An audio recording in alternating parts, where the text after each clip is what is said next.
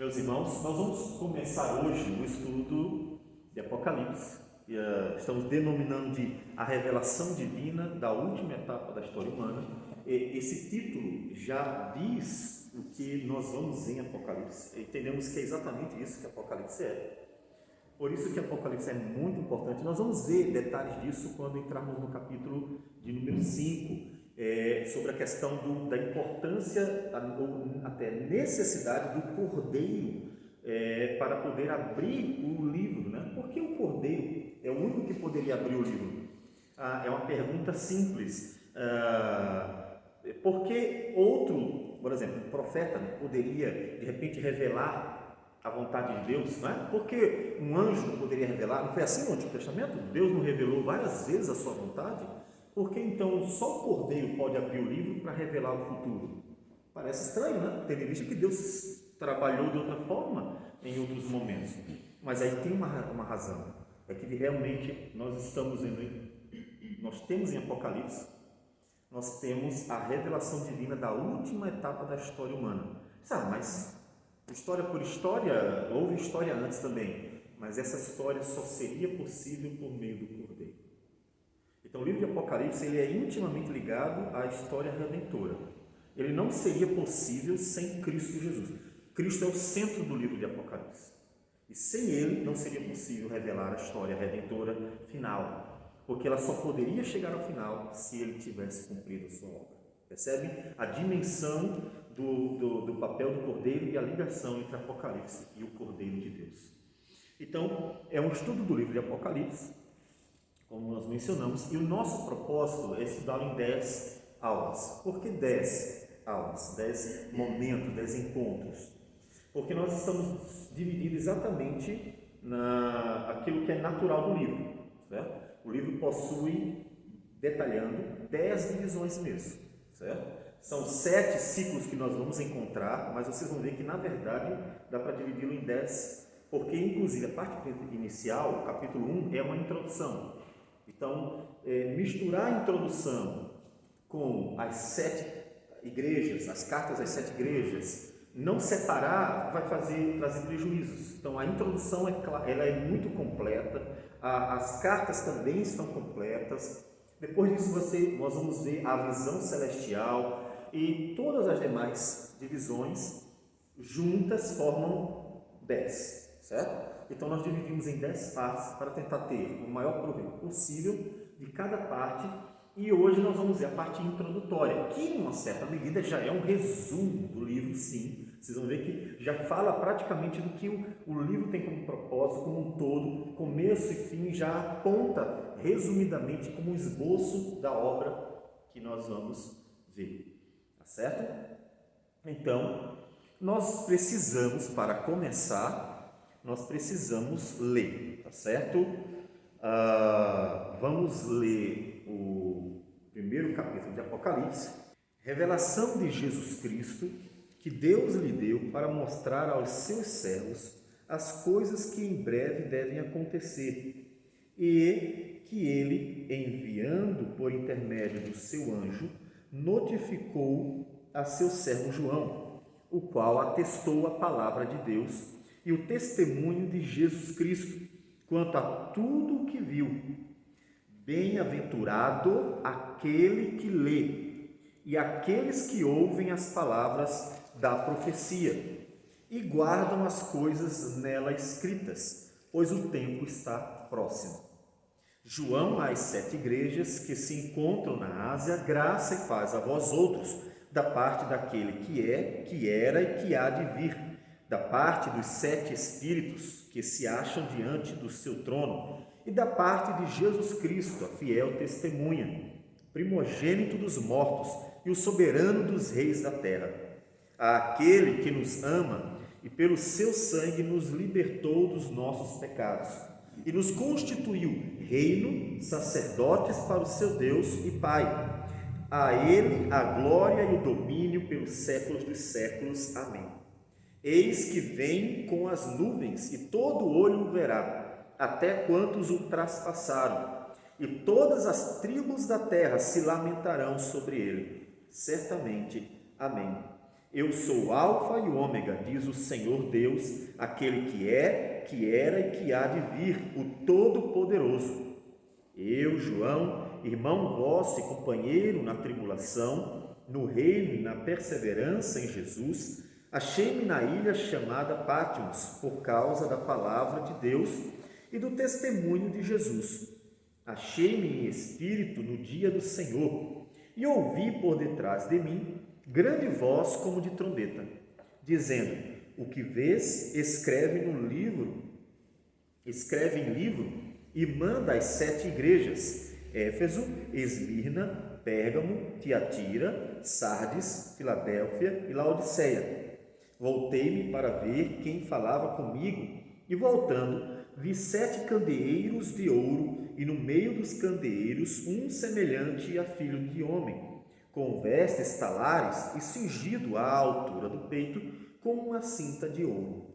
A sua cabeça e cabelos eram brancos como alva lã, como neve, os olhos como chama de fogo, os pés semelhantes a bronze polido, como que refinado numa fornalha, a voz como voz de muitas águas. Tinha na mão direita 7 estrelas, e da boca saía-lhe uma afiada espada de 2 gumes. O seu rosto brilhava como o sol na sua força.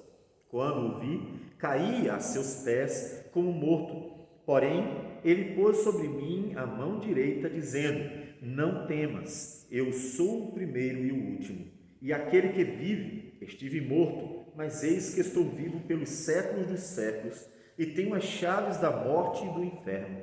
Escreve, pois, as coisas que viste, e as que são, e as que hão de acontecer depois destas. Quanto ao mistério das 7 estrelas que viste na minha mão direita, e as 7 candeeiros de ouro, as 7 estrelas são os anjos das 7 igrejas, e os 7 candeeiros são as 7 igrejas.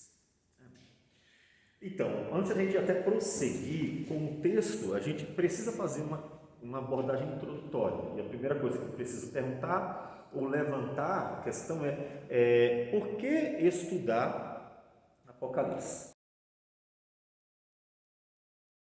Eu ouvi certa vez um pregador, entre aspas, dizendo que Apocalipse não era um livro que as pessoas deveriam ler, porque era muito difícil. Em geral, infelizmente, aquilo que ele falou, e errado, obviamente, é na prática o que o cristão faz. O cristão tem medo de Apocalipse. O cristão ele tem medo de ler Apocalipse, ou receio, ou no mínimo ele diz assim: não me sinto motivado. Então, Apocalipse não é um livro lido como é lido os outros livros da Bíblia. Por que estudar Apocalipse? Então, qual é a importância do assunto? Primeiro, Apocalipse é a revelação de Deus sobre a última etapa da história humana, até a volta de Jesus. Então, se ele é a revelação, ou já que ele é a revelação da última etapa da história humana, a gente precisa saber. Jesus advertiu várias vezes sobre a questão da igreja estar atenta aos sinais. E é interessante que nos dias de Jesus, os fariseus, escribas, os doutores da lei, eles estavam atentos. Lembra quando Herodes disse assim: o que diz a lei, diz a Escritura sobre o nascimento do Messias? Quando os reis magos, vieram e disseram que viram a estrela, o que diz lá? Aí ele diz que vai nascer, né? Ou seja, eles estavam atentos. Ele disse assim: não sei, eu nunca parei para pensar nisso. Não, eles tinham uma resposta. Então, é importante conhecermos Apocalipse, porque ele está falando da nossa história. E nós vamos em Apocalipse, conforme o entendimento, e vocês vão estar acompanhando e contribuindo, que realmente vai se cumprindo na história aquilo que Apocalipse revelou. Segundo, Apocalipse visa amadurecer, exortar e confortar a igreja para que viva agradavelmente durante a última etapa da história humana. As 7 cartas das igrejas, por exemplo, mostram isso. As cartas que as igrejas recebem, as orientações, os ensinos, as exortações, exigem da igreja uma atitude diante daquilo que elas estavam vivendo. Então, Apocalipse quer que a igreja saiba reagir. reagir ao que estava acontecendo, né, a perseguição, reagir às tentações, principalmente quando fala de tentação econômica. Então, é um livro que visa amadurecer, exortar e confortar. Confortar porque os cristãos sofrem. Dias como esse, por exemplo, como o cristão deve lidar com isso? Apocalipse pode não dizer, olha, um dia vai vir coronavírus. Não tem.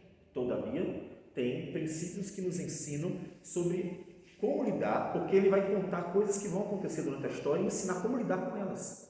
Mesmo que não tenha todos os pontos da história, mas ele tem em cada um deles como reagir nesses pontos. E você pode aplicar aos outros. Os cristãos dos primeiros séculos, que são os que vão ser o alvo maior do livro de Apocalipse, tiveram que lidar com muito sofrimento. E a gente aprende com o que ele ensina a esses cristãos como lidar com hoje, por exemplo. Além de outras coisas. O que mais? 3. Apocalipse revela a soberania de Deus sobre todas as criaturas, visíveis e invisíveis, e sobre todo o curso da história humana. Isso não é confortador? Como é importante. O filho chega para o pai e diz, pai, acabou isso, está faltando aquilo, quebrou não sei o quê, e menciona algum problema da vida, né? O que os filhos esperam do pai? Calma, filho, eu vou resolver. Tá, tudo bem, eu vou comprar. E eles acalmam. Eu vou consertar. Aí vai lá e conserta, e o filho fica feliz, né? Resolveu o problema, os filhos descansam, não é assim que acontece? Então, Apocalipse vai mostrar para nós que toda a história está na mão do Senhor. Que toda ela é um plano divino. E Ele vai agir em cada parte dela para o louvor da glória dEle. A gente precisa ouvir isso. Se você nesse momento está passando por alguma dificuldade, irmãos que foram desligados de empresas, pessoas, famílias passando por algum tipo de privação, tendem a entrar em um certo desespero em algum momento, quando pensam nas dívidas do mês seguinte e assim por diante. Apocalipse vai nos mostrar, teve gente que passou por coisas piores, porque o miolo de Apocalipse mostra aquilo que ficou comum, ser chamado de a grande tribulação, apesar de que existe duas grandes tribulações, tá certo? Uma é em Mateus, que é uma referência ao judaísmo, inclusive escrevemos um texto sobre isso aí, a grande tribulação e a volta de Jesus. Se vocês quiserem, dê uma lida lá, nós compartilhamos no grupo o link, está lá no blog. É uma outra questão, não tem nada a ver, inclusive, essa questão do Mateus com o Apocalipse, tá? É um outro ponto, é uma tribulação judaica, mas existe uma tribulação bem grande também em Apocalipse, que é a gentílica. São coisas distintas, momentos distintos, e ambos têm papel histórico e dá para mostrar, aconteceu nesse tempo dessa forma. Hoje, como nós temos 2.000 anos de história, é possível olhar para esses textos e dizer, puxa, se cumpriu. Por quê? Porque hoje nós temos 2.000 anos de história. Então hoje nós conseguimos fazer a associação com muito mais facilidade. Isso mostra a soberania de Deus. Deus está no controle de tudo. Ninguém que Deus não quisesse que morresse, morreu. Só morreu quem Deus disse que ia morrer. E isso, inclusive, encontramos no capítulo 6 de Apocalipse. Em quarto e último lugar, Apocalipse alimenta a esperança da igreja em dias maus e exorta a igreja a olhar para a esperança em Cristo em dias bons. Ou seja, quando tudo estiver ruim, ele lembra que há uma esperança para nós. Inclusive, Apocalipse termina com esperança, termina com vida, não termina com morte, não é verdade? E quando você está nos dias bons, em que de repente tudo prosperou na tua vida, qual é a tendência? Quando tudo está bem na nossa vida, qual é a tendência da gente? Baixar a guarda. A gente faz sempre isso. Até coisas básicas, por exemplo, num relacionamento conjugal. De repente você pensa que está tudo maravilhoso. Olha só, meu relacionamento conjugal está maravilha. E aí o homem e a mulher começam a relaxar naquilo que estavam fazendo antes e que tinha sido um instrumento para estar bem. Aí começa a ficar ruim. Entende? Então, o Apocalipse nos ensina isso. A igreja de Laodiceia é o principal exemplo do livro de Apocalipse. Quando a igreja está vivendo um contexto favorável, como Laodiceia estava, ela baixa a guarda e tende a negligenciar seu papel, inclusive de ser uma bênção. Então, qual a importância do assunto? Nós levantamos 4 questões que apontam para a importância de se estudar o Apocalipse, certo? Que nós começamos hoje. Mas como nós mencionamos, nós vamos fazer uma introdução ao livro hoje. Então, hoje não dá para a gente avançar mais do que o capítulo 1. Então, na introdução ao livro, a primeira coisa que a gente precisa pensar. Na introdução ao livro, a gente precisa pensar que não existe uma única forma de ler Apocalipse. Não é que todas estejam necessariamente certas, né? Qualquer forma de ler o livro está certo. Não é isso. É que existem leituras diferentes. É uma realidade. Não que temos que favorecer. Primeira questão é sobre a data do livro. Quando esse livro foi escrito? Tem alguma importância? Tem, tá? Não vamos detalhar isso. Mas falar sobre a data do livro traz duas leituras. Uma menos comum do que a outra. A preterista de pretérito, passado, sabe? Ou seja, o livro, para quem é preterista, foi escrito antes de 70. Porque quem é preterista entende que toda a Bíblia fechou antes de 70, antes da queda de Jerusalém. E então, tendo em vista que terminou antes de 70 e a visão é muito ligada à questão do judaísmo, os preteristas entendem que Apocalipse ele não é uma referência ao fim do mundo, mas uma referência ao fim do judaísmo, fim da era judaica. Essa não é a nossa leitura, tá? Mas ela existe. A gente vai mostrar para vocês, vai dar alguns argumentos em favor, evidências a favor de uma data de Apocalipse posterior a 70, que é para mostrar que a nossa leitura de Apocalipse seria mais coerente, certo? A segunda leitura é a leitura futurista, ou seja, o livro foi escrito depois de 70, certo? E aí qual é a ideia? A ideia é que, tendo sido escrito depois de 70, ele fala sobre o fim do mundo. Ou seja, sobre toda a história final. Essa é a nossa leitura e a leitura mais comum. Qual é o problema da leitura futurista? O problema é quando o cara é futurista mesmo. O que eu quero dizer? Quando foi escrito Apocalipse, nós vamos considerar, e vocês vão ver os argumentos, 95 depois de Cristo, tá?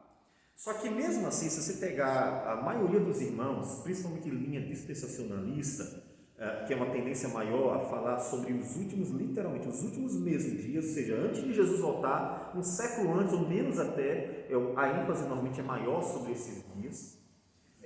O hábito, então, é apontar na interpretação do Apocalipse para dias somente futuros, ou seja, futuros em relação a nós. Para o futurismo, se ele não for lido adequadamente, ele leva o Apocalipse a um livro que, até que Jesus volte, realmente nada teria acontecido. Entende? Ou seja, hoje nós estamos 2000 anos, arredondando aqui, tá, minha gente? 2000 anos depois de Jesus. O que se cumpriu de Apocalipse? O futurista dirá nada. Inclusive, você vai ver que tem gente que está esperando a grande tribulação ainda, em relação à leitura de Apocalipse. Não estou me referindo a Mateus, tá? Então, tem gente que ainda está esperando a grande tribulação, que já aconteceu. E nós vamos mostrar. Então, o que acontece? Por que isso? Porque o futuro, para esses futuristas, é um futuro em relação ao leitor e não ao autor. Só que o futuro de Apocalipse não é uma relação ao leitor, é uma relação ao autor. É a data dele, não é a minha data. Ele foi escrito há 2000 anos, ele não foi escrito agora, então não pode ser minha data. Eu não sou a referência da data de Apocalipse ou dos eventos que vão acontecer. A referência dele era quem? Era o autor. E aqueles dias, nós vimos isso inclusive até na leitura do capítulo 1 e nós vamos frisar isso. Então, nossa leitura é futurista, mas não um futurismo qualquer. É um futurismo concentrado no livro e no autor do livro, ou seja, todos os eventos profetizados na visão apocalíptica, eles aconteceriam a partir dali. Na verdade, alguns ele até mencionam um pouco antes, mas a maioria, e é a ênfase, tem uma data futura a partir de João, não a partir do leitor de hoje, por exemplo, tá certo? Então, essa é a nossa leitura.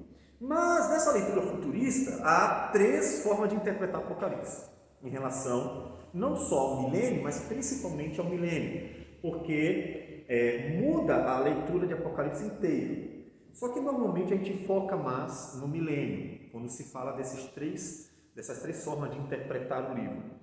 Isso é um resumo, tá, minha gente? Isso é um resumo da introdução para que a gente possa ter algumas noções básicas. como eu disse, antes de entrar aqui no livro mesmo, ok? Sobre a data do livro, como nós falamos, há duas datas mais defendidas, principalmente a de 95 e aquela que eu disse que é antes de 70.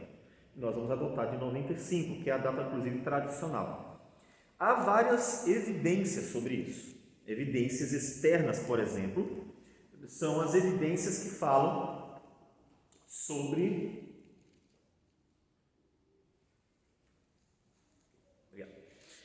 há evidências externas que nos ajudam a chegar a essa data com algumas informações que nós colocamos aqui. Por exemplo, as perseguições que a igreja sofreu, elas aconteceram em que período, principalmente? Elas aconteceram no período de Domiciano e Trajano, certo? Esses dados históricos. Ou seja, esse é o período em que realmente se encaixa melhor a informação, com inclusive o fato de João estar na ilha de Patmos, ok? Há um outro testemunho externo, que é o de Clemente de Roma, que em 96 fala sobre exatamente essas calamidades que estavam acontecendo naqueles dias. Há uma outra questão que é, vocês vão ver, não sei se vocês já leram Apocalipse. Quem já leu Apocalipse aqui? Todo mundo já leu Apocalipse? Já perceberam que Apocalipse há duas áreas da vida social muito presente: o comércio e o culto. Ele fala muito sobre culto, tanto pagão quanto não pagão, e do comércio. Por exemplo, a besta quer ser adorada, né? Essa ideia? A besta quer que todo mundo adore. E lá em Apocalipse 18, quando vai falar da queda da Babilônia, ele descreve o quê? Todo um comércio, os marinheiros, com aquilo que trazia, inclusive Apocalipse detalha os produtos que eles negociavam. É detalhado. Então você vai ver que em Apocalipse o comércio e o culto imperiais são muito presentes. E esse contexto de comércio e cultos imperiais se encaixa melhor exatamente com o período de Domiciano, porque é nesse período que o culto imperial vai se desenvolver mesmo. Nessa imagem aqui de baixo, nós temos a Praça Domiciano e o Templo Domiciano. Tá? Aqui é só a mesma imagem, tá certo? Aqui, ó, a estátua, tá certo? Então, é só para mostrar mais detalhes do Templo Domiciano. Domiciano foi o primeiro imperador a realmente exigir culto imperial.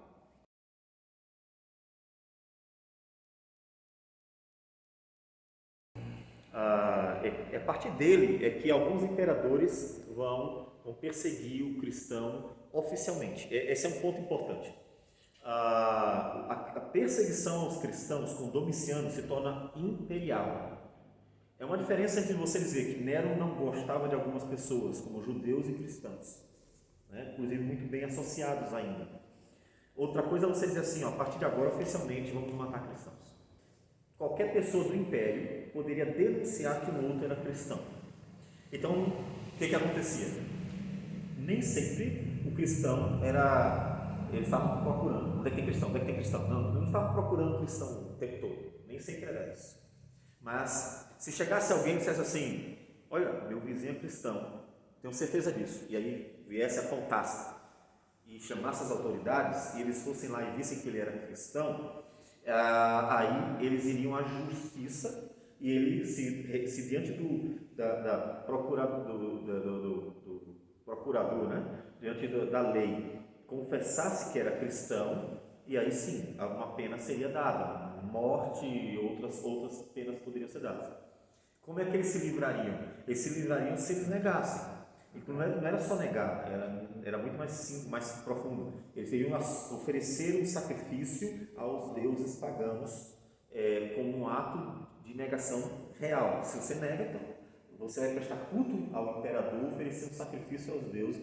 É uma forma de eles teriam que realmente amaldiçoar Cristo. Então não era só como às vezes parece, né? Que o pessoal, não, mas se ele de repente disse, não, tá, eu nego, e depois se arrependeu, mas Pedro não negou, né? Sempre vem essa questão, né? Se Pedro negou e Jesus perdoou, por que pessoas que tiveram medo e negaram Jesus naquele momento mais difícil do que o de Pedro até, né? Porque realmente estavam indo para a morte. Por que eles não poderiam ser perdoados? É que a questão não era só negar. Não era só chegar e dizer assim, não, tá como Pedro, né? Literalmente como Pedro, que estava com medo e simplesmente não confessou que era discípulo. Era muito mais. Eles teriam que realmente ter um rito. A negação, digamos assim, era um rito legal em que ele ia confirmar que ele estava negando a Cristo. E isso torna muito mais profundo. Você ter coragem de amaldiçoar Cristo, oferecer sacrifício aos deuses, cultuar o imperador, era muito mais profundo. Aí você confirmava por atitudes, não era só chegar e dizer, e de repente sair correndo e não, estava mentindo. Por isso que muita gente não aceitou, quem negou a Cristo, entendia que não há perdão para eles. Não há perdão para eles. Certo? Obrigado. Nós temos mais citações, como Clemente de Alexandria, que não diz o nome do imperador, mas fala de um tirano, de um imperador que ele chama de tirano, e que a gente não sabe quem é exatamente pela citação. Mas o Eusébio de Cesareia diz no seu livro que esse tirano é o Domiciano. A interpretação que ele dá, estando ali próximo, inclusive, né? Outro, agora veja, uma citação de Plínio, de 113, ou seja, bem pertinho mesmo, diz o seguinte: todos eles adoraram a sua imagem e as estátuas dos deuses e amaldiçoaram a Cristo. Viu aí como é que era feito? Eles adoravam a imagem, lembra da imagem da besta, que fala que tinha que adorar a imagem da besta? Todos eles fizeram isso. Os que negaram a Cristo tinham que adorar a imagem, as estátuas dos seus deuses e amaldiçoar a Cristo. Então não era tão simples assim, né? Tertuliano é outro que testemunha que Domiciano foi o imperador da época de Apocalipse, né? Irineu atribuiu o Apocalipse ao período do imperador Domiciano, ou seja, mais um autor que entendeu que foi Domiciano. Victorinos, também no seu comentário, que é o primeiro comentário completo do livro de Apocalipse, afirma que João escreveu no período de Domiciano. Então, eu trouxe aqui algumas informações só para vocês saberem, já que nós estamos estudando Apocalipse e precisamos dessas informações iniciais, que Apocalipse foi escrito por volta de 95. Essa é a data que nós vamos considerar, tá certo? Algumas perguntas pensando no livro, para que a gente possa ter o testemunho interno da data de Apocalipse. Para quem foi escrito o livro? Essa é uma pergunta importante. Foi escrito para a maioria de gentios ou de judeus? A maioria dos leitores eram gentios ou judeus? É só pensar nas 7 igrejas. Aquelas 7 igrejas, 7 cidades, tinham a maioria de judeus ou de gentios? Então, isso ajuda a gente a entender se o alvo, o destino dele era falar da condenação dos judeus ou era falar de uma coisa maior, uma coisa mais ampla. Qual o contexto dessas 7 igrejas, né? Qual era a relação com Roma, com Jerusalém? Isso é uma pergunta também para a gente entender o destinatário deles, que tem a ver com a data também. Qual o propósito do livro? Confortar os cristãos ou anunciar o fim dos judeus? Quando você lê Apocalipse, ele está querendo dizer que os judeus vão ser condenados ou querendo confortar os cristãos porque serão salvos? A ênfase é qual? E se a ênfase então é confortar cristãos, a queda de Jerusalém seria confortadora em que sentido? Jerusalém é chamada até de cidade querida, né? Então não é uma coisa ruim, né? Ela é tratada de uma forma boa. Por que a condenação dos judeus seria algo bom para os cristãos? Não faz muito sentido isso, né? Em que a queda de Jerusalém seria relevante para a vida da igreja gentílica? Certo? Uma outra pergunta. Eu estou passando mais rápido para que os irmãos, a gente não fique só nisso aqui. Em que a queda do Império Romano seria relevante para a igreja? Vamos lá. Quem estava perseguindo e matando cristãos? Na época de Paulo, ele fala dos judeus e diz, a condenação deles é certa, mas ele não alegra os cristãos com isso, né? Ele apenas mostra que eles tinham um inimigo que, de fato, Deus estava lidando com eles. Mas eles não chegaram, os judeus não chegaram a fazer nem 10% do que Roma fez. Nem 10%. O que Roma fez com os cristãos foi absurdo. Os judeus não chegaram a se divertir às custas da morte de cristãos, como Roma fez. Em que a queda de Jerusalém significaria alento, né, como nós falamos, ou paz para a igreja, ainda que ela no início tivesse causado alguns problemas, né, mas não foram tantos problemas assim. Então, resumindo aqui as evidências internas, o objetivo é mostrar que Apocalipse tem um destinatário que são cristãos de maioria gentílica, não é que sejam só gentios, mas é de maioria gentílica, e que a relação deles é com Roma, e que era Roma um problema na época. João está na ilha de Patmos, não é porque Jerusalém perseguiu, e João está na ilha de Patmos porque o quê? Roma estava perseguindo os cristãos, certo? E isso é importante. Por que é importante? Porque é importante para entender quem é o grande inimigo do Apocalipse. Essa parte introdutória não vai ter nenhuma relevância para o final. Tem. Porque eu estou tentando entender quem é o inimigo de Apocalipse. Quem é a besta? Quem é a Babilônia? Porque existem duas leituras. Uma aponta para Jerusalém e a outra para Roma. Essas são as leituras principais. Ainda que possam haver outras, mas são as principais. E nós estamos considerando que a primeira a leitura sobre Roma, que é, sim, o inimigo, o arqui-inimigo em Apocalipse, seja a leitura correta. Certo? Isso já nos ajuda a ver que Apocalipse tem muita coisa que já se cumpriu de fato. Vamos para os primeiros versículos que nós já lemos. Nós já lemos aí, está aí no slide, os três primeiros versículos. O que Apocalipse é? É uma revelação de Jesus Cristo. A palavra revelação é exatamente a palavra Apocalipse. É uma revelação de Jesus Cristo que Deus deu para mostrar. Veja que Apocalipse é uma visão, tá? Essa é a diferença de um profeta falando para uma literatura apocalíptica. É uma visão. Ele está mostrando o que aos seus servos, né, para o povo dele, as coisas que em breve devem acontecer. Olha, isso é importante. Quando deve acontecer? Em breve. Inclusive, olha o final lá. Pois o tempo está próximo. Mais de uma vez, ele menciona a brevidade. Ou seja, não era uma coisa que deveria começar só no final. Inclusive essa referência que os preteristas vão dizer assim, está vendo?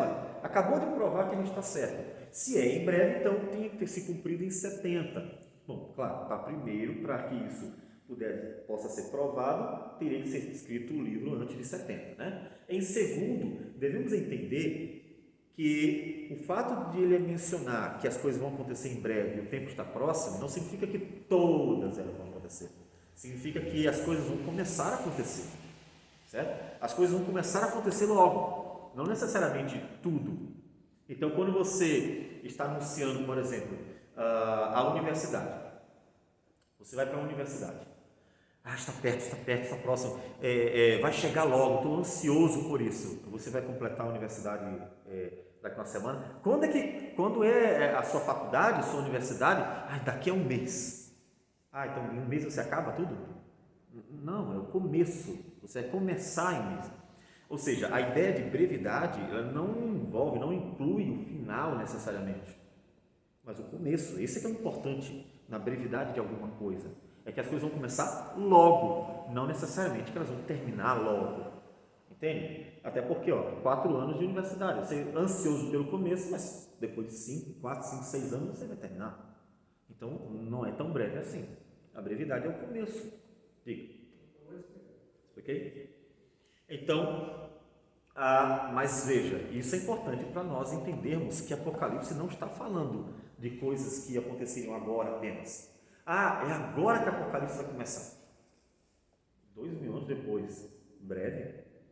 Acho que não. E vocês vão ver vários fatores que vão mostrar claramente que não, lógico que não. Ele está falando de coisas que vão acontecer já. Era coisa para aqueles dias já.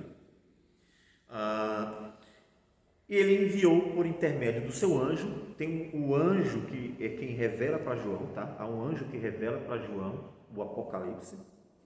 E João é o escolhido. Não vou entrar nos méritos de quem é o autor chamado João, porque não é nosso foco aqui nesse caso. Tradicionalmente se entende que é o apóstolo João, mas existem outros estudos que vão entender que é um presbítero chamado João, tá? Todavia, não queremos entrar nesse mérito aqui, não é nosso propósito. Vamos considerar que seja o apóstolo mesmo, conforme a leitura mais tradicional, mais clássica da igreja. E como disse, é aquilo que ele viu, é uma visão.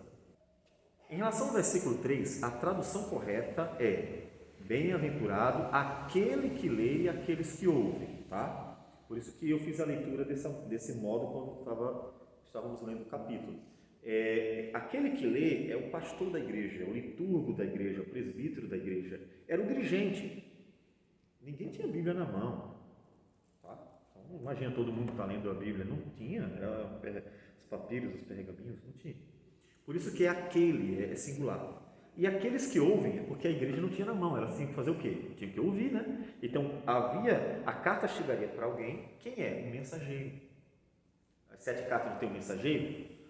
O mensageiro receberia e leria. Então, quem lesse era bem-aventurado, quem desse realmente valor àquilo que estava recebendo, ele está testando a importância do livro. E bem-aventurado seria aquele que lesse para a igreja aquele livro, que é uma profecia para tempos próximos. O tempo está próximo, tá? Então consideramos que Apocalipse estava para se cumprir já, ok? Pelo menos o começo, não tudo, mas o começo, ok? Resumo desses pressupostos nossos. O ano da escrita de Apocalipse é 95. Esse é o pressuposto nosso da data. O autor, o apóstolo João. Quem revela é um anjo. A forma da revelação é uma visão, tá? Apocalíptica. O local onde teve a visão, a ilha de Patmos, né? Ele diz isso no versículo de número 9. Achei-me na ilha chamada Patmos. Destinatários. Deus escolhe 7 igrejas. Não é que elas eram as únicas, até porque vocês vão ver que no Novo Testamento às vezes aparece esse caráter circular da palavra de Deus, esse propósito. Olha, a carta de Laodiceia, leia também entre os Colossenses, e assim, esse caráter circular. A palavra de Deus deveria circular entre todos, mas ele escolheu 7. Deus escolheu 7 porque quis transmitir a mensagem a partir do contexto dessas 7 igrejas, ainda que se considere que elas seriam as igrejas sob jurisdição do apóstolo João. Essa seria a consideração sobre por que as 7 igrejas. Seriam as igrejas que ele estava responsável por elas, as 7 igrejas da Ásia. Todavia, foram essas que Deus escolheu para receber o Apocalipse inicialmente, os destinatários primários. A literatura é apocalíptica, isso significa que é uma forma de escrever, inclusive, que essas figuras, esses símbolos. E o principal recurso literário, e isso é importante para nós, é a citação do Antigo Testamento. É o livro do Novo Testamento que mais tem citações do Antigo Testamento, diretas e indiretas. Por que isso é importante? Porque ele vai escrevendo a revelação, citando o Antigo Testamento, como quem está recortando e colando, sabe? Então ele vai construindo e montando para fazer um link entre aquilo que estava sendo profetizado, prometido, anunciado, e aquilo que foi escrito no Antigo Testamento. Então ele vai citar muito o Antigo Testamento. Isso para nós é importante, para a gente, inclusive, algumas vezes perceber o que ele quer dizer, ou qual a fonte do que ele quer dizer. Tempo dos acontecimentos. Quando ia começar? Começa nos dias de João. O tempo está próximo. A brevidade do assunto era o tempo de João, ou seja, há 1900 anos, há 1900 anos começou o cumprimento de Apocalipse, certo? 1900 anos, não agora. E quem é o centro do livro? O centro do livro é Cristo Jesus glorificado. Nós vamos ver Cristo glorificado no livro e glorificado na sua morte e ressurreição, glorificado no seu senhorio, glorificado na vitória sobre os inimigos, glorificado na vitória final, né, no reinado e assim por diante. Então, o centro do livro é Cristo Jesus glorificado, ok? Isso também é importante para nós. Agora nós estamos no versículo de 4 a 8. Esse versículo de 4 a 8 tem algumas informações mais. João se destina às 7 igrejas e dar a paz da parte de quem? Daquele que era e que há de vir, dos 7 Espíritos e de Jesus Cristo. Veja que interessante, é que nesse período a Trindade já está bem estabelecida ali como uma concepção teológica da igreja. Isso até aponta mais para o final do primeiro século mesmo, né? A Trindade. E quem é Jesus Cristo? A fiel testemunha, primogênito dos mortos e o soberano dos reis da terra. Veja, a fiel testemunha. O que é que o cristão naquela época estava fazendo? A palavra mártir significa testemunha, certo? Então, o que Jesus é? Ele é a fiel testemunha. Todos os cristãos não têm que ser fiéis testemunhas? Lembra que Antipas é chamado de fiel testemunha? Então, quem é a primeira fiel testemunha? Cristo. Cristo testemunhou fielmente. Os cristãos não estavam morrendo por causa de Cristo? Não estavam morrendo? Quem foi o primeiro a morrer? Foi Cristo. E, diante da realidade de que o mundo estava sendo governado pelo império e a igreja oprimida por ele, quem é o soberano acima desse império? É Jesus. Percebe? Então, percebe que nessa declaração já está um conforto para a igreja. Já está. A declaração de que ele é a fiel testemunha, ele é o primogênito e ele é o soberano. Ou seja, a igreja já deve refletir. Jesus já fez tudo o que tinha que ser feito e está acima de todos aqueles que nos oprimem. Isso já é um conforto para a igreja. E aí ele fala mais, aquele que nos ama. Então, Jesus nos ama. Minha gente, vocês estão sofrendo. Nós estamos sofrendo, estamos perseguidos. Agora, veja, a aplicação para os nossos dias. Estamos passando por dificuldades, mas gente, Jesus nos ama. A aplicação é, Jesus nos ama. Você está passando por lutas, sofrimento, dificuldade, mas Jesus nos ama. Percebe que essa é a aplicação. Não tem nada a ver com evangelismo, tá? Às vezes as pessoas evangelizam, olha, Jesus te ama. Particularmente entendo que isso não é uma forma adequada de se evangelizar. Porque, como é que eu vou dizer para uma pessoa que não conhece a Cristo e que pode nunca conhecer, no sentido de se entregar a Ele, que Jesus o ama e no final vai lançá-lo no inferno? Talvez no final ele diga assim, mas Jesus me ama tanto que vai me lançar no inferno? Então, não é uma forma muito adequada. A direção de Jesus nos ama aqui é para a igreja, tá? Jesus nos ama, aquele que nos ama é a igreja, certo? Mas não diz a Bíblia que Deus amou o mundo? Sim, então a gente tem que entender o contexto ali, porque ele diz que Deus amou ao mundo e de uma forma geral, né? Generalizando ali a sua criação, né? Aqueles que Deus criou. Mas voltando aqui, tá certo? Aquele que nos ama é a igreja, tá? A igreja que é amada. E nos libertou, ou seja, veja que o conforto que é o propósito do livro, que aparece no final, quando ele diz assim, que ele enxugará dos olhos toda lágrima, lembra? E não haverá mais morte, não haverá mais dor, estão lembrados? Quando ele diz isso, esse conforto já está aqui, ó. Ele já nos ama, ele não amará a gente, ele ama já. Ama quando você está sofrendo, ama quando você está padecendo, quando você tem que entregar a vida por Ele. Ele já ama. Ele já nos libertou, Ele não vai libertar, não é futuro. Ele já libertou. Ele já nos constituiu reino, sacerdotes para o seu Deus. Ou seja, essas coisas já aconteceram.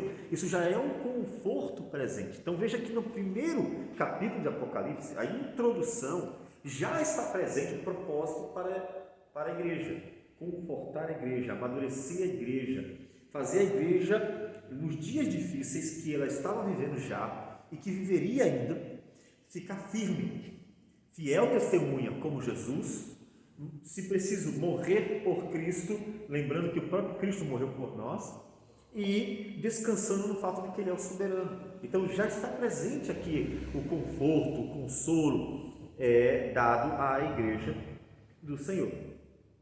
E ele fala do final: eis que vem com as nuvens, e todo olho verá, até quantos o traspassaram, e todas as tribos da terra se lamentarão sobre ele. Certamente. Amém. Veja, o final do livro já está no começo do livro, percebeu? O final do livro não é exatamente a volta do Senhor Jesus, não é o novo céu, é a nova terra, não é isso? E já está aqui no começo. Então, o primeiro capítulo, ele de uma certa forma, ele resume, ele dá um esboço de todo o livro, mostrando o conforto que nós precisamos com a promessa que nós recebemos do Senhor. Tá certo?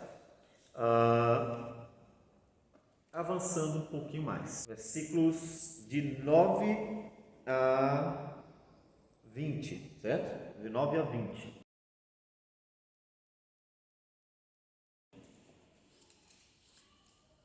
Ele diz que ele começa a escrever: eu, João, irmão vosso e companheiro da tribulação, conta a situação. Então, veja, dado importante, ele é companheiro no quê?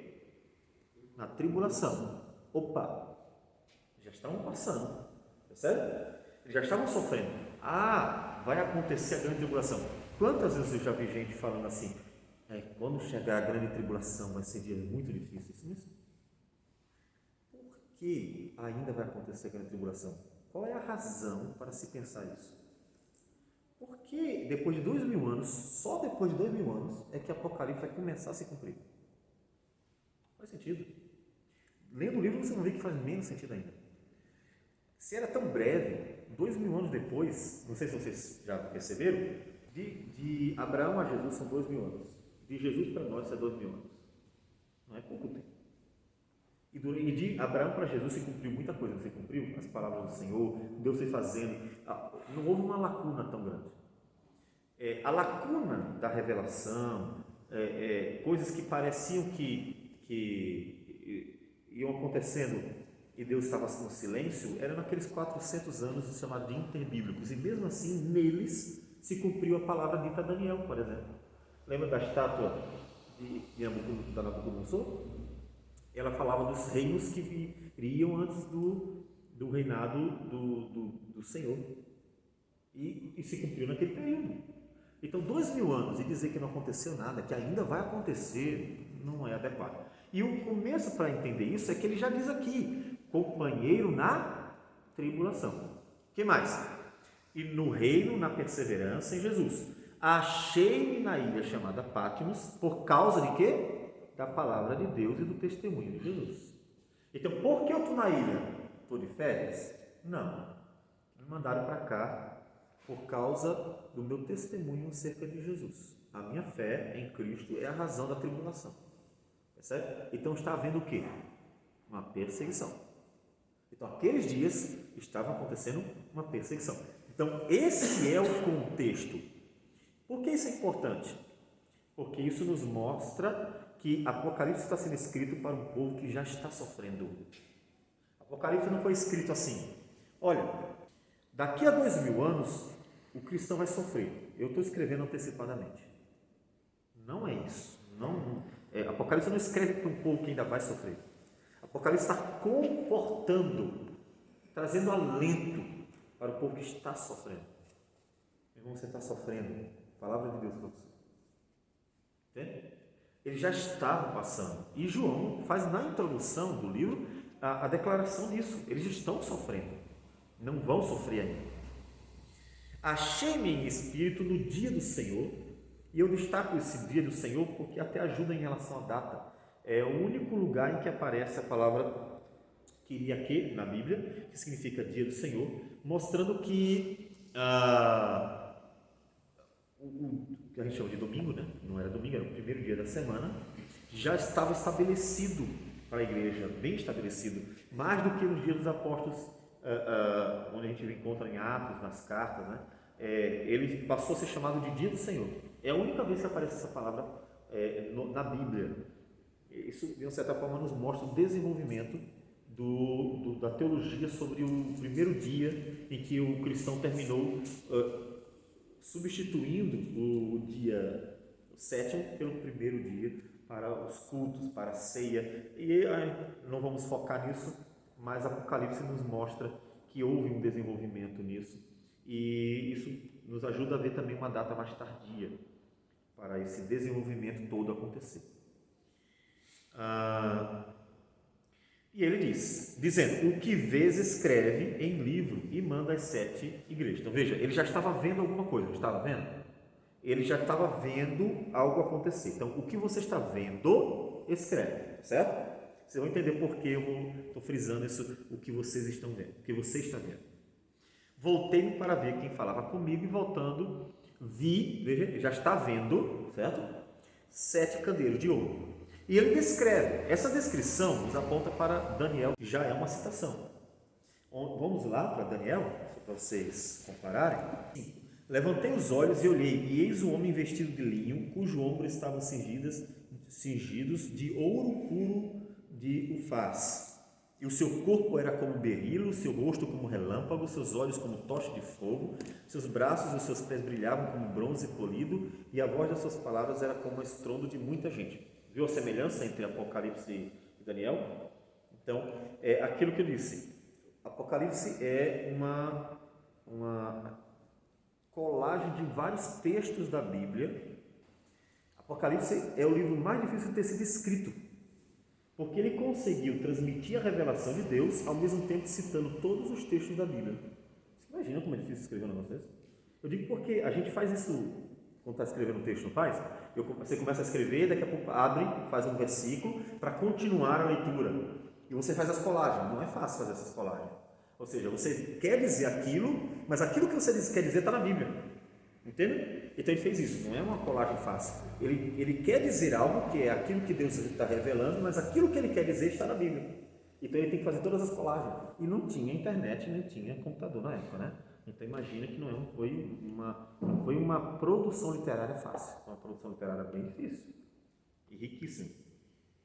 Voltando aqui, ele descreve, versículo 13 até o versículo 16, ele descreve como é que era a imagem daquele que era o filho do homem, certo? Semelhante a filho de homem. E o versículo 17 diz que ele caiu aos seus pés como morto, mas ele o levanta, dizendo, não temas, eu sou o primeiro e o último. Ou seja, veja que em todo o tempo ele está garantindo, eu sou o Senhor da história, eu sou o Senhor de tudo, não tenha medo, está tudo sob controle. Essa é a palavra mais importante, digamos, do livro, tudo está sob controle, tudo. Vamos ver no capítulo 4, que debaixo do trono de Deus há um mar de vidro. É muito interessante esse mar de vidro, porque o mar, ele não costuma ser parado. É só você lembrar do Evangelho, onde é que, no Mar da Galileia, que não é um mar, né, mas ele é um lago muito agitado, tanto quanto um mar, e é lá que eles navegando, os discípulos têm medo de morrer. Socorre-nos, Senhor, vamos perecer. Lembra? E ele repreende a tempestade, repreende o vento. Estão lembrados? O que ele está fazendo? Mostra que tem controle sobre tudo. E o que é mais interessante ainda é que o mar não é agitado, ele sempre está turbulento. Como na Bíblia várias vezes aparece nos Salmos o mar querendo afogar, matar. Inclusive Jonas. Lembra de Jonas? Jonas estava no mar. Então, lá na visão celestial, debaixo do trono de Deus, o mar não está agitado. Como é que o mar está? Como se fosse um vidro. Um mar de vidro. O que é um mar de vidro? É aquele mar parado. Então ele está totalmente dominado, controlado. Essa é a palavra fundamental em Apocalipse. A palavra é Deus está no controle. A ideia, né? Fala comigo a ideia. A ideia é Deus está no controle. Está tudo tranquilo. E quem é a razão disso? Jesus. Eu sou o primeiro, eu venci. Eu sou primogênito dos mortos, eu venci, eu sou soberano, eu venci. E aí vai aparecer no capítulo 5, o cordeiro que morreu, mas venceu. Está tudo tranquilo? Não é que está tudo tranquilo no dia a dia deles, mas está tudo acontecendo conforme a vontade de Deus. É essa a questão. É esse o conforto. O conforto não é, olha, não se preocupe, agora está tudo em paz. O conforto é, Deus está no controle. Isso tudo que está acontecendo de ruim é temporário, vai acabar. Vai acabar. Calma. Observe que Deus está no controle. E o que ele traz conforto? Ele revela que vai acontecer tudo. Você não se sente confortado quando alguém diz assim, olha, você vai passar por uma série de situações. Vai acontecer na tua vida isso. Se alguém dissesse para você tudo, você não se sentiria mais confortável? Por exemplo, você vai numa universidade outra vez e a pessoa conta toda a universidade como é que vai ser. Você não se sente mais tranquilo porque diz assim, agora eu sei o que eu vou lidar. Então, Deus revela o que vai acontecer. Olha, vai acontecer isso. Então, quando acontecer, você não vai dizer assim, eita, o que está acontecendo? O que é isso? Por que isso? Para que isso? Você não fica mais ansioso. Você olha para a situação, mas Deus já tinha dito. Então, eu nem tenho como fugir disso. Inclusive, lembre-se que no capítulo 6, com aqueles que tinham morrido por causa de Cristo, lembram? Que eles, a partir do versículo 9, ele diz assim, se acalma, ainda tem gente que vai morrer por Cristo, ainda tem um número de pessoas que vão morrer por Cristo, fiquem apenas tranquilos, ou seja, tudo tem um tempo, tudo tem um propósito, tudo está sob controle, e até o número de pessoas que iam morrer por Cristo estava certo. Então, não pense que está fora do controle nada, nem o inimigo está vencendo, não. Parece que às vezes o inimigo está vencendo? Parece. Parece que o diabo conseguiu finalmente o seu trunfo? Parece. Parece que o cristianismo está se acabando? Parece que a nossa vida está sucumbindo diante dos adversários? Parece.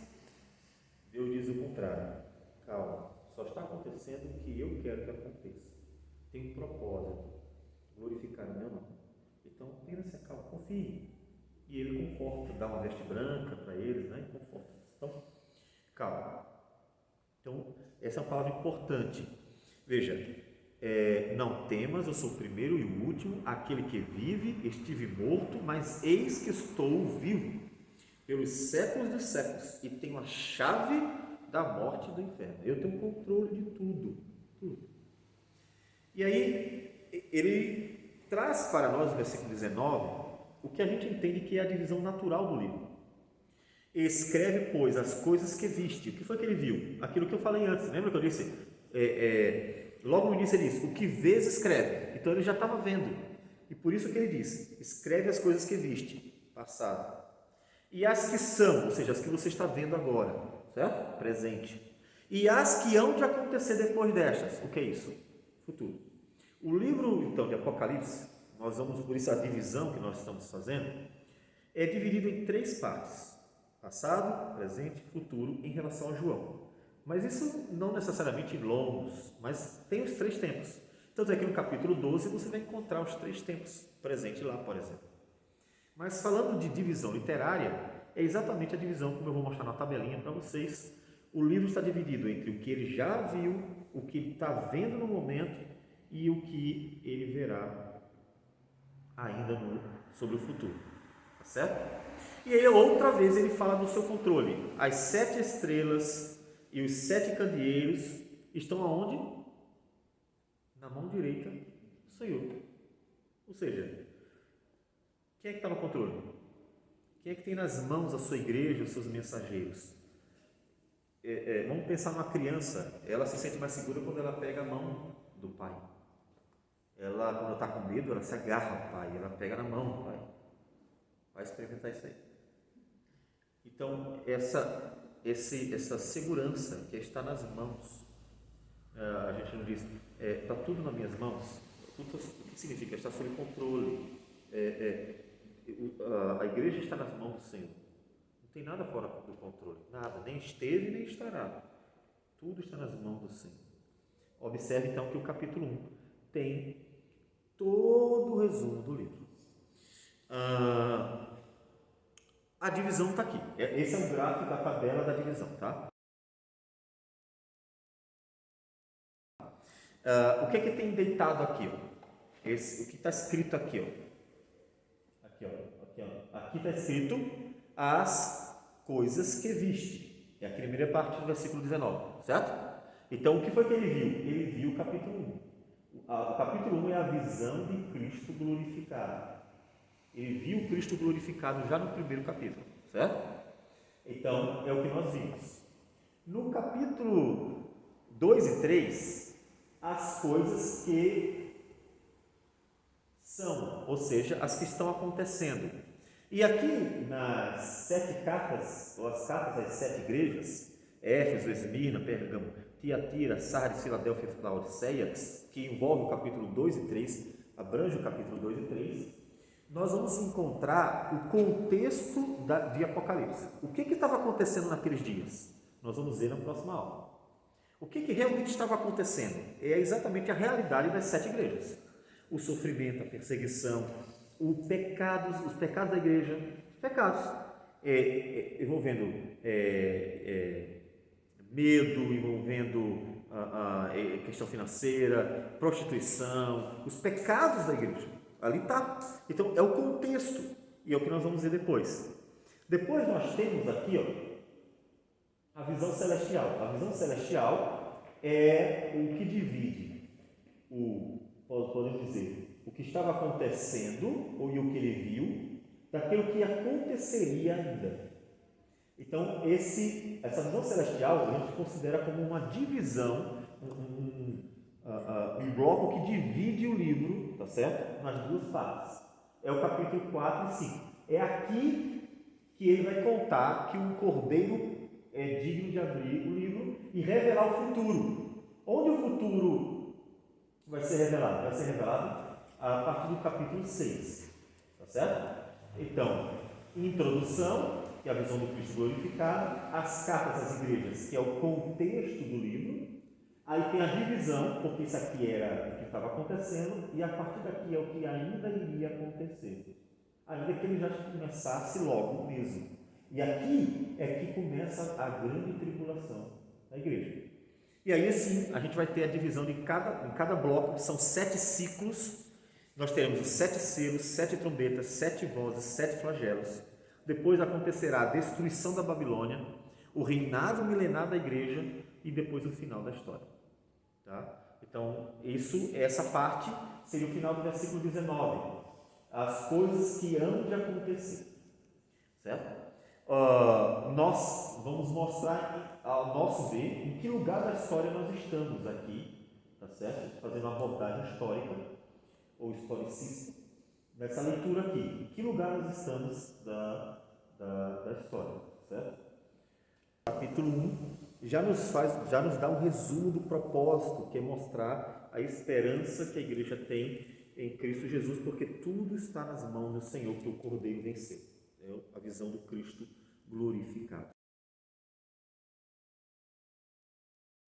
A igreja deve conhecer a revelação de Deus. Primeira aplicação. É importante ler Apocalipse? Sim. Leia Apocalipse.